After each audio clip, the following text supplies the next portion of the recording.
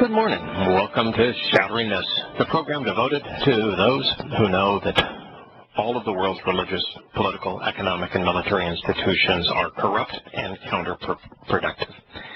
If you are one of those who realizes this, welcome. If you are one who is just open to it, welcome as well. If you are one who is holding up some hope that your political party, your religion, your economic preference, or your military is providing a value and ultimately can be trusted to do the right thing, well, then you're probably too naive to benefit from this program.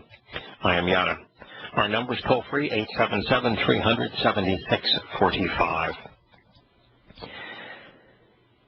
There's a story that I hinted at last week that I would like to delve a little more into because it is telling not only of the countries, of the world situation, of the principal actors themselves, but also of the media not being able to understand words. They're quoting, in this case, Vladimir Putin, and they're incapable of processing what he says. It's just a complete distancing from the comments that he's making. It's kind of like talking to a religious person about absolute irrefutable proof that their religion is wrong. They can't even process it. You can tell them the words right to their face. They can be looking right at you. And yet it's like water off a duck's back. Dateline CNN. Vladimir Putin is back and stealing Barack Obama's thunder. The headline tells you everything you need to know about the jaundiced view of CNN. Barack Obama doesn't have any thunder. Got none. Everything he's touched has turned to mush. You'd have to be awesomely naive not to recognize that everything the man says is untrue, that he's wholly and completely unqualified, that his change you can believe in was an utter and complete farce, that his presidency has been a complete disaster, that the world is in shambles, largely because of him. He has no thunder. And Vladimir Putin, rather than trying to steal Obama's thunder, the opposite is true. Vladimir Putin went to the United Nations to say the United States is counterproductive. They're not only accomplishing nothing worthwhile. What they're doing is making the world worse. He's not stealing their thunder. He's destroying their credibility. And rightly so. The Russian president showed up at the United Nations for the first time in a decade, proposing a coup against the United States global leadership and seeking to wrest control of a coalition battling the Islamic State away from America's grip. Well, the first part is true enough. He is proposing a coup against the United States global leadership. What he said is true, that for the last 2 or 3 decades, the United States has been the lone superpower in the world, and we have really screwed things up.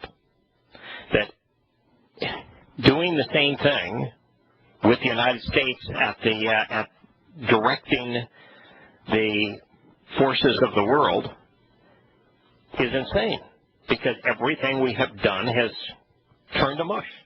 Look at the invasion of Afghanistan. We made a bad situation worse. Look at the invasion of Iraq. We made a bad situation worse. Look at our bombing of Pakistan. We made a bad situation worse. Look at our intervention in Somalia. We made a bad situation worse. Look at our bombing of Syria. We made a bad situation infinitely worse. Look at our bombing of Libya. We made a bad situation worse. Look at Yemen. We started a civil war. Look at our support for the thugs that overturned the popularly elected government of Ukraine.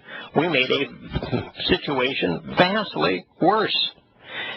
Everything we've touched, including our support for Egypt, that's gone from a bad dictator to an infinitely worse dictator. No matter what we have intervened in, we've made the situation worse. We're off telling the world that Russia and China are the cyber thieves, and yet we're stealing even our own citizens' private information. We're accusing others of spying, and yet we spy on ourselves. Our national security leader, James Clapper, lies to Congress and isn't prosecuted. Our CIA is engaged in torture, and yet it's having no one convicted. You know, the President of the United States, the Vice President, the National Security Advisor, Condoleezza Rice, is touted out as like she's some bastion of virtue. And yet, George Bush, Dick Cheney, and Condoleezza Rice authorized the United States to torture detainees. We're a mess. Everything we've touched, we've ruined. And Putin is saying, look at what you've done. Can't you see what you have done? And he wasn't the only leader challenging the United States to effectively, this article says, upstage Obama at the annual global meeting. I mean, you've got to be absolutely blind to think that they were there to upstage Obama.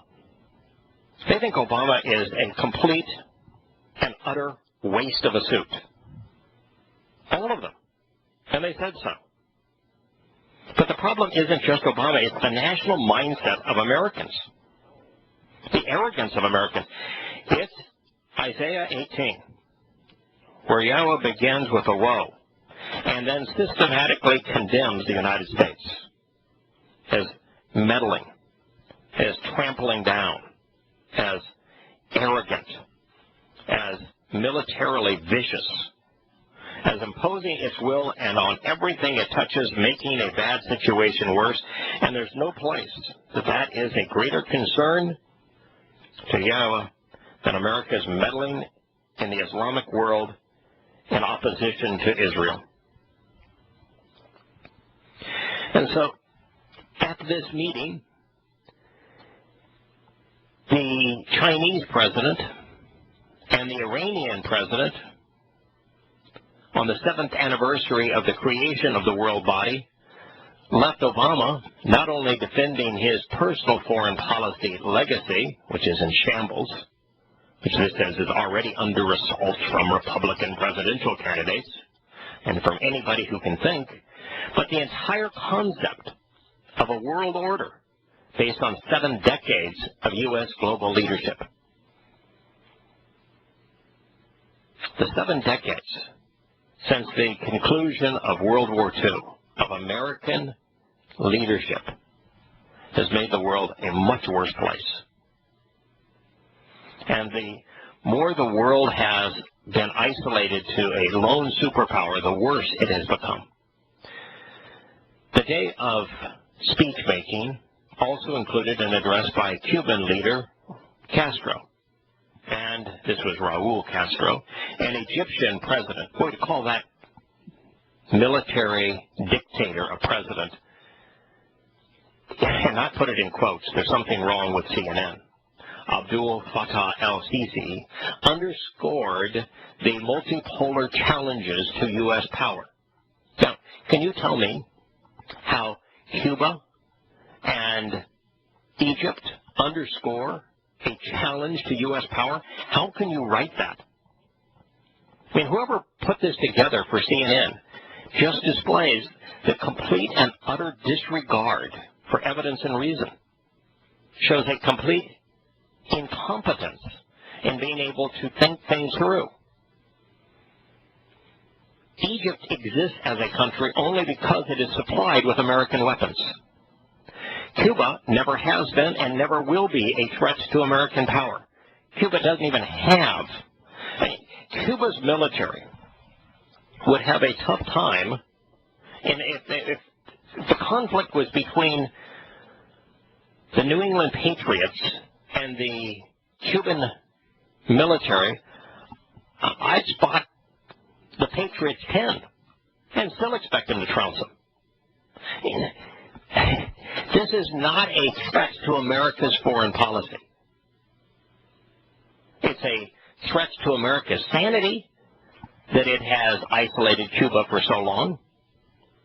It's a threat to America's sanity that they wanted Mubarak ousted and ended up with the Muslim Brotherhood, followed by probably the most ruthless dictator in the world today, the most intolerant person in terms of the will of his own people, of any dictator in the world, in Sisi. And yet we're the only reason he exists because we supply his military with $3 billion worth of armaments a year. Obama offered a full-throated justification of his policies, particularly emphasizing diplomacy over the use of force. You know, when this man opens his mouth, he lies. That's why when the campaign for Donald Trump had the supporter say that, you know, we have a Muslim man as president, and Trump didn't correct him, and even the Republican candidates accused Trump of doing something that was inappropriate. And, of course, the Democratic candidates had a conniption fit for not coming to his aid and saying, oh, he's a Christian. He said he's a Christian. Why didn't Trump simply say, most everything Obama says is untrue? Yes, I recognize that he says that he's a Christian. But since most of the things he says are untrue, why would anyone believe him? Well, the Obaminator says that the problem in the world is that too many nations are relying on military force. What in the hell did he do in Libya? What in the hell is he doing in Afghanistan? What in the hell is he doing in Yemen? What in the hell is he doing in Pakistan? What in the hell has he been doing around the world? What in the hell is he doing in Syria? If military interventionism is the problem, Mr. Obaminator, then you're the problem.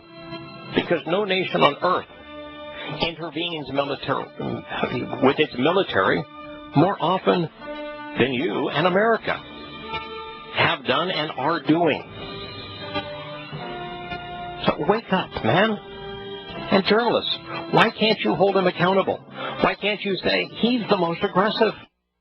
Turning back to this article, the fact is, how can you provide a justification of your policies, particularly emphasizing diplomacy over the use of force, when we're not using diplomacy anywhere?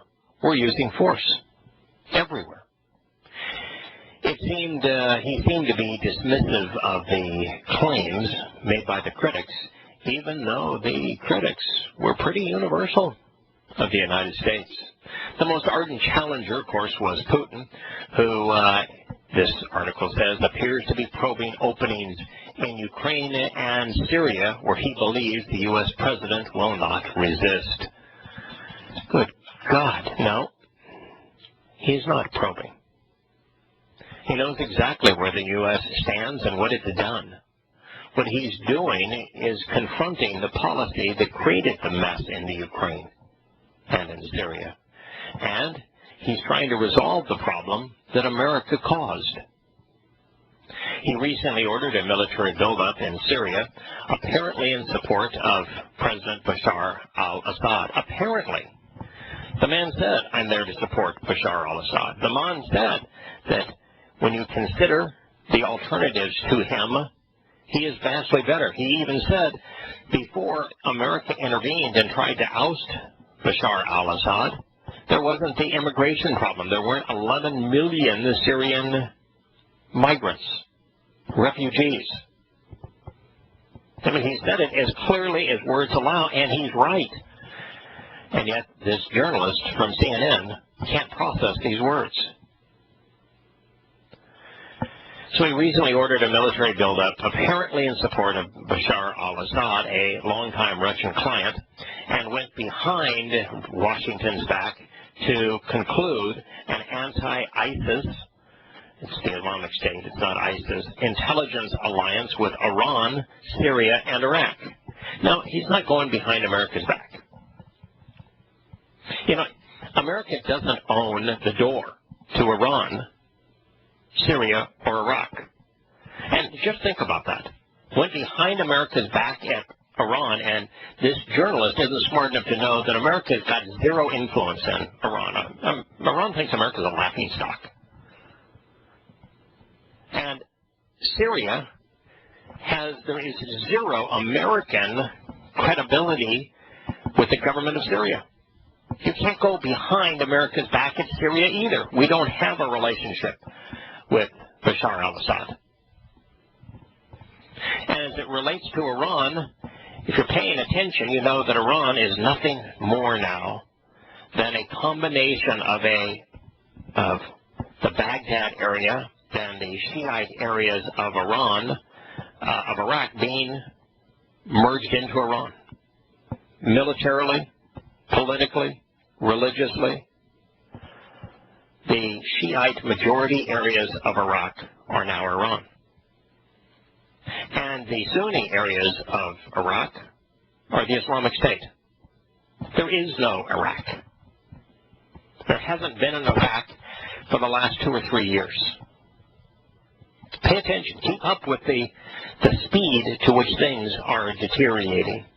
Russia criticizes U.S. interventions in Putin's message to the United Nations. And it was a simple one. The United States interventions and unilateralism have backfired in the Middle East and elsewhere, and it's time to try something new. Well, how are you going to argue with that? There are 4 million people fleeing Afghanistan after America invaded.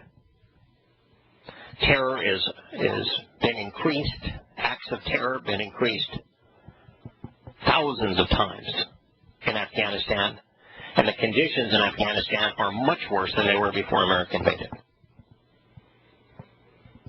Iraq was a civilized nation where there was very little terrorism, and now it is the hotbed of terrorism worldwide. It doesn't even exist as a country anymore. Instead, it's divided into 3 parts, with the Kurds having a small sliver up north, Iran having claimed the Shiite majority areas, and the Islamic State controlling and renaming the Sunni-dominated areas.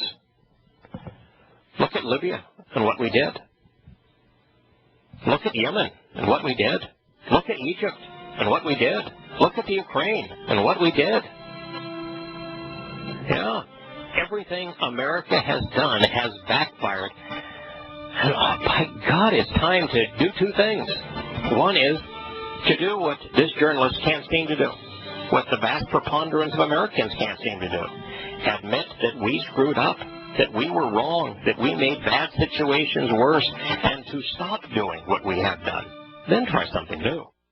The combination of these 2 sentences just shows how far we have fallen in terms of those who have been indoctrinated with a politically correct education. And understand, if you're in academia, or you're in the media, or you're in politics, but any one of those 3, but particularly in the high temples of political correctness, the media and academia, you are so indoctrinated with political correctness that you're unable to process anything that you hear, anything that you read.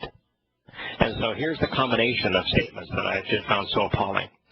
Putin's message at the UN podium Monday was a simple one. U.S. interventions and unilateralism have backfired in the Middle East and elsewhere, and it's time to try something new.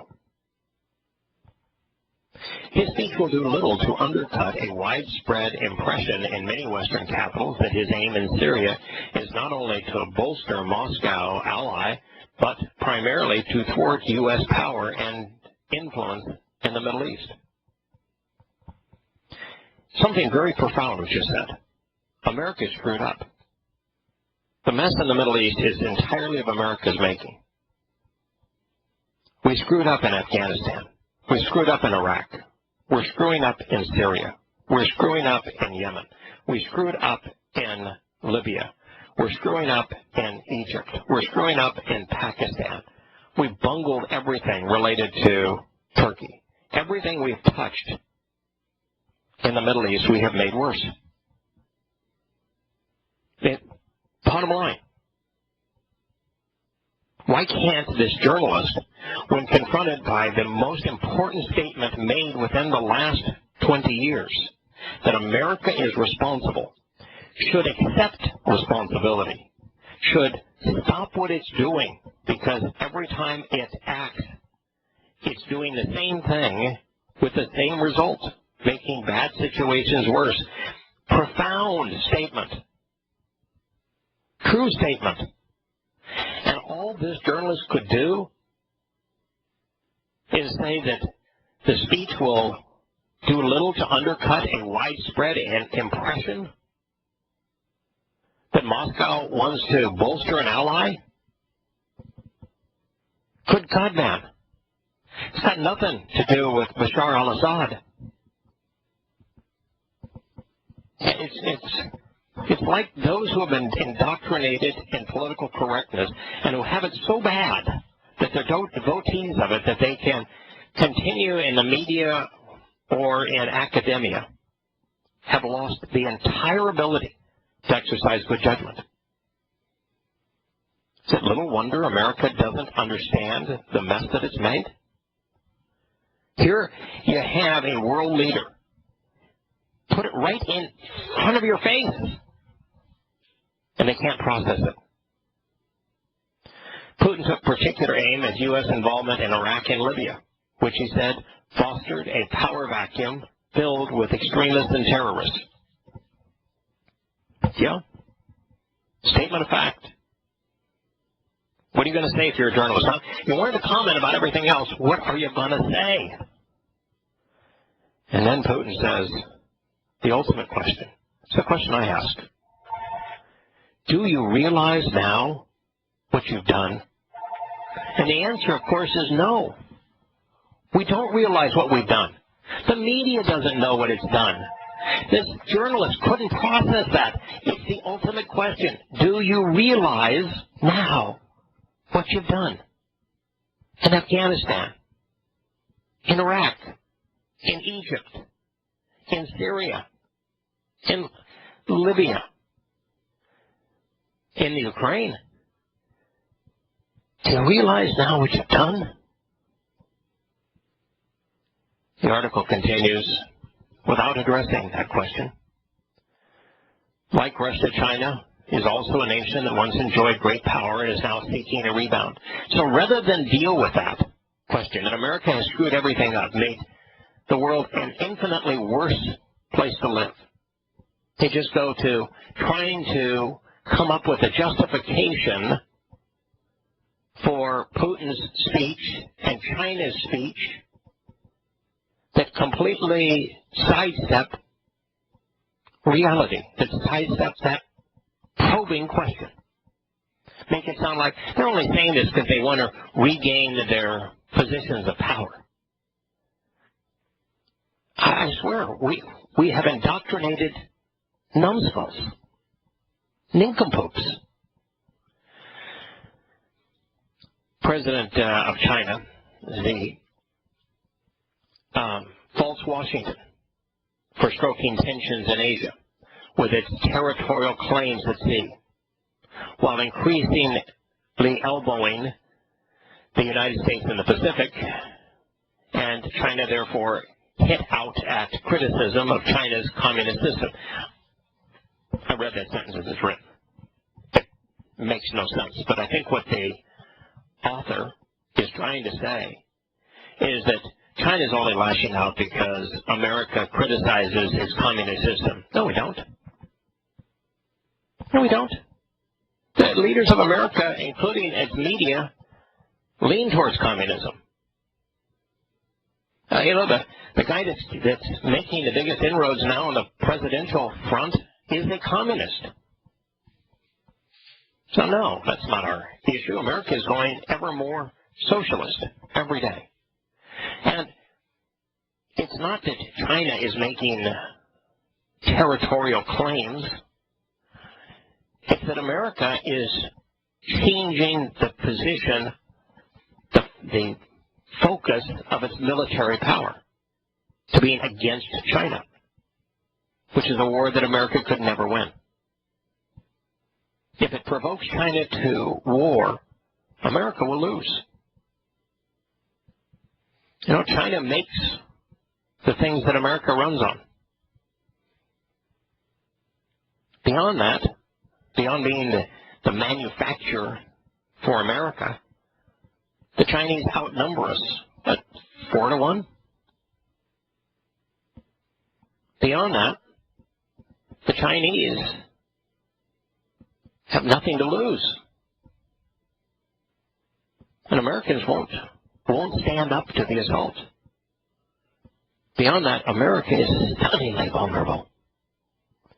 You know, against countries that don't have a military. You know, you can fight all day long in Syria where there is no military. But the Chinese have a military. And the fact is that the Chinese could take out America's aircraft carriers in a heartbeat. It's an easy thing to do. There are very fast speed torpedoes that blow up well below the hull of a ship to break the spine of the ship, to break its keel. The ship goes from floating to sinking in a matter of seconds. There's no defense for it. And there are ballistic missiles now that travel too fast and too low to be stopped. Our aircraft carriers will do us no good. In fact, they will be nothing but a vulnerability. The Navy knows it. That doesn't change the fact that they still seek billions of dollars for new ones. But anyway, the Chinese are saying that, you know, the problem is America. And in a thinly veiled warning against new U.S. military adventures, the President of China warned that those who adopt the high-ended approach of using force will find that they are only lifting a rock to drop on their feet. The Chinese know that America is a hypocrite, that claiming to prefer diplomacy to military interventionism, we are the primary blunt instrument of the world. We are the world's merchants of death. And the very rock that we have lifted up to bully the world, to subject the world to our influence, is a rock that is going to fall upon our own feet. And then Iran, which the United States accuses of supporting terror throughout the Middle East, as if America is not by arming the Islamic State and al-Nusra, portrayed its deal with world powers over its nuclear capability as an example of U.S. capitulation. Yes, Iran said that deal that Obama negotiated, that he browbeat Republican senators into supporting, was nothing but capitulation. They admitted it. Yeah, now it's too late. The deal's done. And they're gloating. They said the United States did nothing but capitulate. You proud of your country? He said that was not only capitulation, but blamed, this is a quote, incorrect actions of newcomers to the region and naive trans-regional actors. Who's he talking about? The Abominator, Secretary Kerry, and President Barack Hussein Obama. He says that they are incorrect, that they're naive, and they capitulated. Can you imagine capitulating on nuclear weapons to a country that views you as their second most hated enemy and has vowed repeatedly to wipe Israel off the face of the earth? And you capitulate on their nuclear ambitions, and then they call you naive? They're gloating. Sensing the rising challenges to U.S. power that were all too evident at the UN Monday, Obama openly faulted the perception. Yep, he seemed to be addressing the historians who would consider his legacy as much as his own contemporaries on the world stage, especially when he defended his policy of cooperating with some of the very leaders he faults That's called a hypocrite. We see in our debates about America's role in the world a notion of strength that is defined by opposition to old enemies, perceived adversaries, a rising China and a resurgent Russia, a revolutionary Iran, Obama said. And yet it was the Obamator who reinvigorated the Cold War by having his State Department lift up, encourage the thugs who overturned with Molotov cocktails and just by riotous presence the properly elected government of the Ukraine, and then has supported their use of military power by supplying them with military hardware, by supplying them with military intelligence, by supplying the means, the financial means for them to kill their own citizens. And then we say that, no, it's their fault, not ours. In fact, he said the Ukrainians wanted to align with Europe, not Moscow. Well, no, only those around Kiev.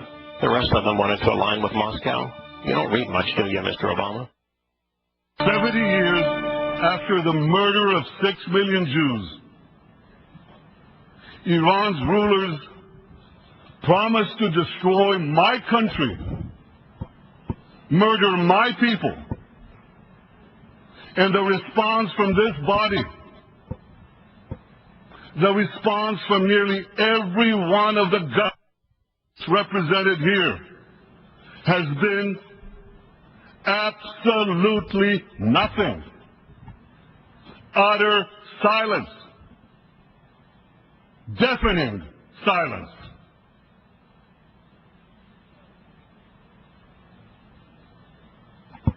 He will go on, listening to that deafening silence for 44 seconds. This is Benjamin Netanyahu's speech before the United Nations. Yes, it was not there. Secretary of State John Kerry was not there. The United States ambassador to the United Nations powers was not there. Both were called out of the meeting by Obama himself, so they would not be there. The principal actor in fabricating this total and wholesale capitulation. I understand why Israel is not joining you in celebrating this deal. The nation that comprised this deal, which was wholesale capitulation to Iran's nuclear ambitions, by Iran's own admission, was the United States of America, the Obamator. Is there any wonder why Yahowah mentions America only once in prophecy? And it's mentioned in context with the fall of Damascus, the fall of the government of Syria,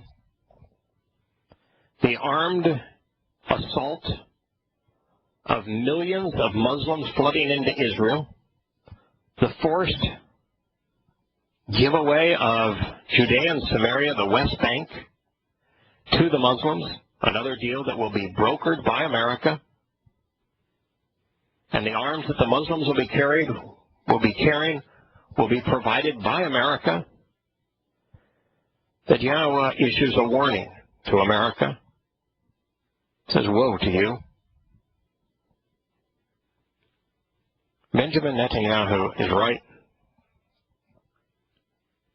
He's absolutely correct.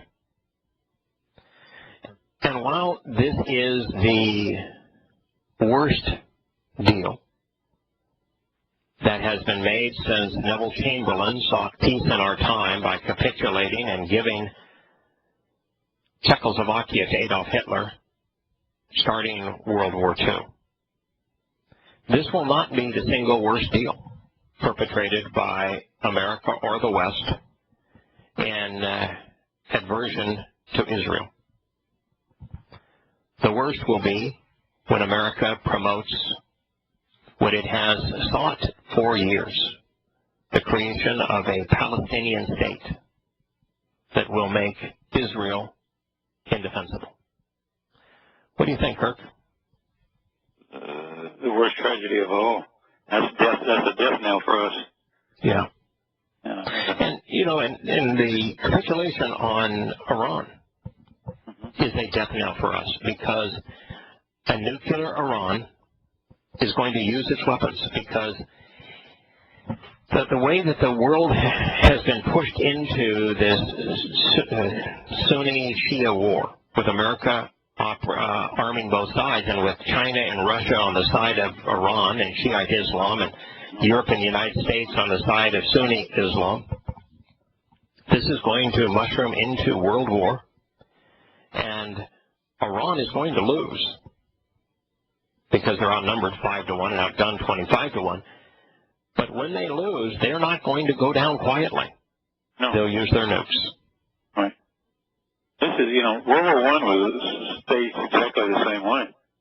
Yes, with alliances this way. And, you know, and then France and